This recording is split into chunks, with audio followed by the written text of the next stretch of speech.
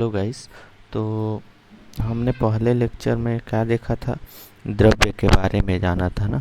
तो द्रव्य क्या होता है, किसी भी वस्तु को हम कब द्रव्य बोलेंगे, जब वह क्या होगा, कुछ द्रव्यमान रखता होगा, मतलब जिसका कुछ वजन होगा और जिसको हम अपने ज्ञानेंद्रियों से देख सकते हैं, और क्या होगा, वो कुछ स्थान घेरता होगा। ठीक, उसे हम क्या बोलेंगे, द्रव्य बोलेंगे। तो उसी का उसमें हम फर्स्ट लेक्चर में कहाँ तक देखे थे, हम लोग यहाँ तो भौतिक क्लासिफिकेशन तक पढ़ लिए थे। ठीक, तो आज हम क्या देखेंगे, रासायनिक वर्गीकरण को हम दो क्लास में बांट सकते हैं। पहला क्या है, शुद्ध पदार्थ, और दूसरा क्या होता है, मिश्रण होता है। जो शुद्ध पदार्थ होता है ये दो प्रकार के होते हैं। एक क्या होते हैं, तत्व होते हैं, और एक यौगिक होता है। ठीक, और जो तत्व होता है वो तत्व कितने प्रकार से हम उसको क्लासिफाइड कर सकते हैं, उसको तीन प्रकार में बांट सकते हैं। एक होता है धातु, दूसरा है अधातु, तीसरा है उपधातु। ये हम कैसे बांटेंगे, इसके तत्वों के भौतिक एवं रासायनिक गुणों के आधार पर हम इसको बांटेंगे। ठीक, और फिर क्या है, यौगिक। यौगिक को हम दो भाग में बांट सकते हैं। पहला है कार्बनिक यौगिक और दूसरा है अकार्बनिक यौगिक, मतलब ऑर्गेनिक कंपाउंड, दूसरा है इनऑर्गेनिक कंपाउंड। अब आते हैं मिश्रण। तो मिश्रण में हम इसको दो भाग में बांट सकते हैं। एक है समांगी मिश्रण और एक है विषमांगी मिश्रण। ठीक, तो आगे देखते हैं हम क्या है, शुद्ध पदार्थ। तो ये शुद्ध पदार्थ क्या होते हैं, ये वे पदार्थ है जिसमें अव्यय कण, मतलब कंपोनेंट पार्टिकल, कोई भी कण है। ठीक, क्या है वो, रासायनिक प्रकृति से एक ही प्रकार के होते हैं, मतलब केमिकल रूप से वो, केमिकल नेचर से वो एक ही प्रकार के होते हैं। वो क्या कहलाते हैं, आपके शुद्ध पदार्थ कहलाते हैं। ठीक, उदाहरण के लिए हम देखें तो तांबा है, सोना है, जल है, मतलब H2O है आदि, ये क्या है, आपके शुद्ध पदार्थ है। ये भी क्या होते हैं, ये दो प्रकार के होते हैं। कौन कौन सा, एक तत्व और यौगिक। तो आगे देखेंगे तत्व क्या होता है। एक तत्व, ठीक, तो तत्व हम किसे बोलेंगे, किसी तत्व का वह सरलतम रूप जिसे सामान्य भौतिक एवं रासायनिक विधियों तोड़ा द्वारा ना तोड़ा जा सकता है और ना ही इसे सरल पदार्थों से बनाया जा सकता है। मतलब तत्व क्या है, वह सरलतम रूप है जिसे भौतिक और रासायनिक विधियों द्वारा ना तो उसे हम तोड़ सकते हैं और ना ही इसे सरल पदार्थों से बना सकते हैं। ठीक, वही आपका क्या कहलाता है, तत्व कहलाता है। ठीक, तत्व वह शुद्ध पदार्थ है जो एक ही प्रकार के परमाणुओं से मिलकर बना होते हैं। ठीक, से मिलकर बने होते हैं या बना होते हैं। ठीक, एग्जाम्पल के लिए कार्बन है, हाइड्रोजन है, ऑक्सीजन है, नाइट्रोजन है, कॉपर, और क्या है ये, सिल्वर, ईटीसी। ठीक, अब देख सकते हैं क्या है, एक ही तत्व है। ठीक, तो यहाँ कार्बन, हाइड्रोजन, O2 होगा, यहाँ O2 N2 ऐसे होंगे ना। ये क्या कहला के देखो, ये सब का है, एक ही प्रकार के है ना। कार्बन कार्बन है, हाइड्रोजन है, ऑक्सीजन है, नाइट्रोजन, ये सेम है। इसी को हम क्या बोलते हैं, तत्व बोलते हैं। आगे देखते हैं हम तत्व के प्रकार। तो तत्व के प्रकार हम इसको उसके भौतिक और रासायनिक गुणों के आधार पे हम इसको दो भाग में, तीन भागों में बांट सकते हैं या तीन प्रकार से परिभाषित कर सकते हैं। तो पहला क्या है, धातु। तो धातु क्या होते हैं, ये क्या है, ठोस होते हैं, मतलब कठोर होती हैं। लेकिन इसका भी एक अपवाद है। धातु क्या है, जो आपका Hg है ना, मरकरी है, ये क्या है, कमरे के ताप पे क्या होता है, द्रव अवस्था में पाया जाता है। ठीक,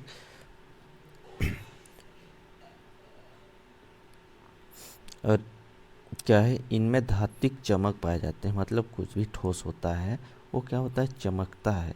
तो धातु वही होते हैं जो चमकते हैं, ठीक।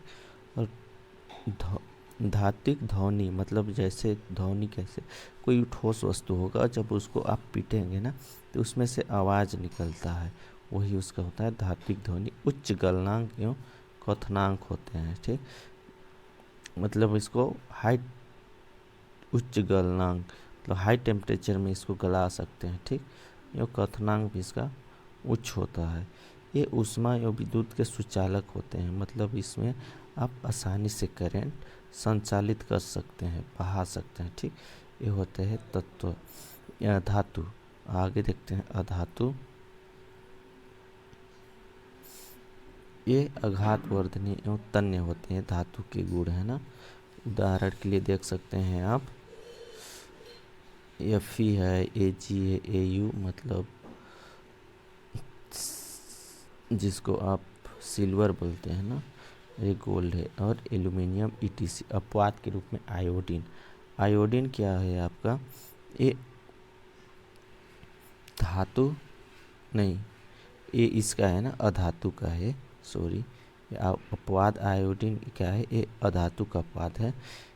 ये क्या होते हैं, अधातु क्या होते हैं, जो धातु के जो विपरीत गुण रखते हैं ना वही आपके क्या होते हैं, अधातु होते हैं, ठीक।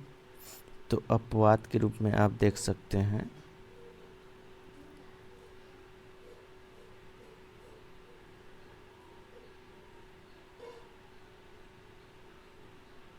ग्रेफाइट, ठीक। ग्रेफाइट क्या होता है, ये इसमें धात्विक चमक पाया जाता है, ठीक। जबकि अधातु है तो उसके विपरीत गुण रखना चाहिए, नहीं चमकना चाहिए, लेकिन ये चमकता है तो क्या हो जाता है आपका धातु में आ जाता है। अधातु है लेकिन धातु का गुण रखता है ना। फिर तीसरा क्या होता है, उपधातु। तो जो उपधातु होते हैं ये कौन होते हैं, जो आपका धातु है और अधातु है ये दोनों का गुण रखता है ना, तो इसे हम क्या बोलते हैं, उपधातु बोलते हैं।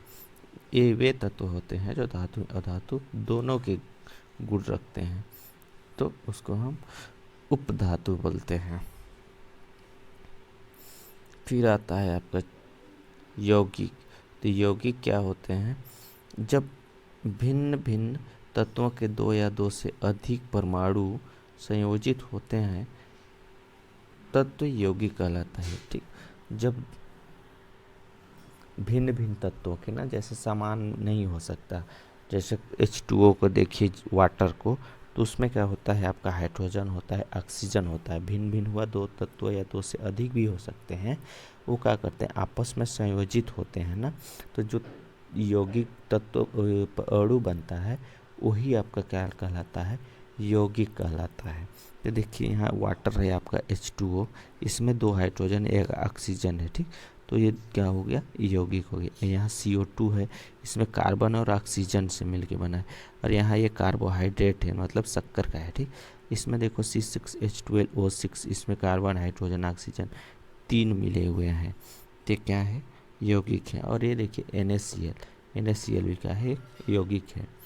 इस और क्या होते हैं यौगिक, ये भी 2 प्रकार के होते हैं ना, एक होता है कार्बनिक यौगिक और दूसरा होता है अकार्बनिक यौगिक, ठीक।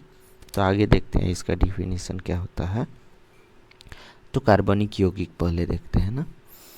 ये वे यौगिक हैं जो पादप में जंतुओं में पाए जाते हैं, मतलब जो कार्बनिक यौगिक होते हैं ना जीवित वस्तुओं में पाए जाते हैं, जैसे मनुष्य में पाया जाएगा आपका और पौधों में पाए जाते हैं ना कार्बनिक यौगिक के कंपाउंड, ठीक। तो जो कार्बनिक यौगिक होते हैं ना उसमें कार्बन क्या होता है, उसका मुख्य घटक मुख्य अवयव होता है, मतलब मुख्य कंपोनेंट होता है, ठीक। कोई भी कार्बनिक होगा उसमें कार्बन आवश्यक रूप से पाया जाता है, ठीक। जब कार्बन नहीं पाया जाता है तो अकार्बनिक हो जाता है, मतलब इनऑर्गेनिक हो जाता है। तो आपको जो कार्बोहाइड्रेट होता है इसमें क्या होता है C6H12O6 होता है, तो इसमें देखिए कार्बन है ना, इसीलिए कार्बनिक यौगिक। इसमें भी कार्बन पाया जाता है, ऑयल में भी पाया जाता है, फैट्स में भी पाया जाता है, ठीक।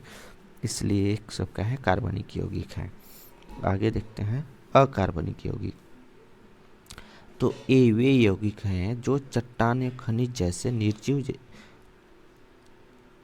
स्रोतों से प्राप्त होते हैं ना, निर्जीव स्रोतों से प्राप्त होते हैं, यहाँ पे नहीं रहेगा।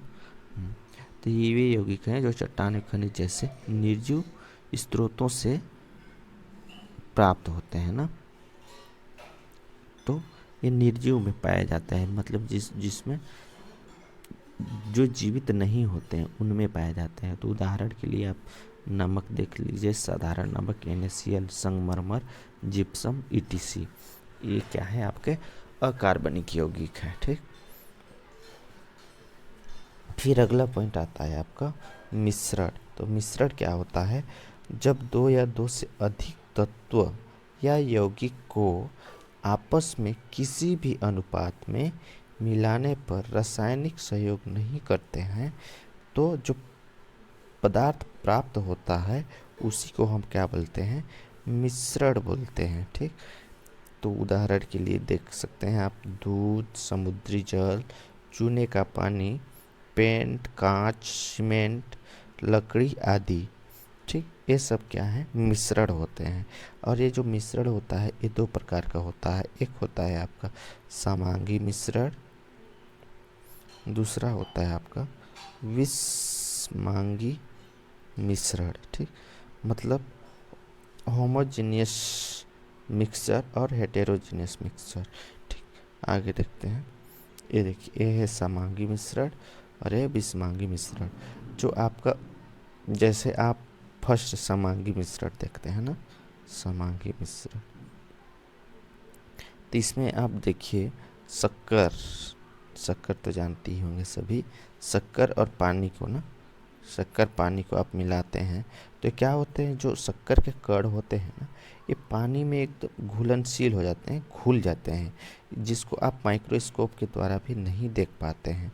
तो एक एक क्या हो जाता है, पूरे संगठन, मतलब जो अणु दो मिलाए थे, मिक्सचर लिए थे आप, वो क्या हुए? मिल गए, तो उसका संगठन क्या हो गया? एक समान हो गया ना, एकदम वो पानी के जैसे ही दिखने लगा।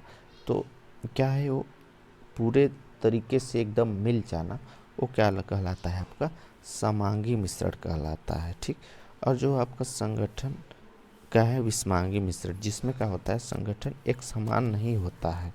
तो आप ले लीजिए, पानी ही ले लीजिए और क्या लीजिए? रेत ले लीजिए।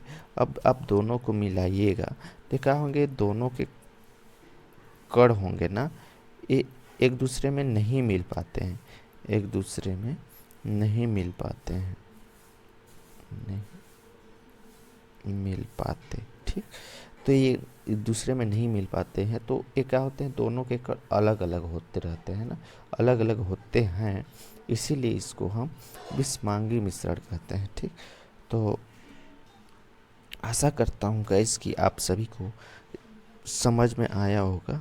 ठीक, अब हम इस वीडियो को यहीं पे स्किप करते हैं। तो सभी को धन्यवाद।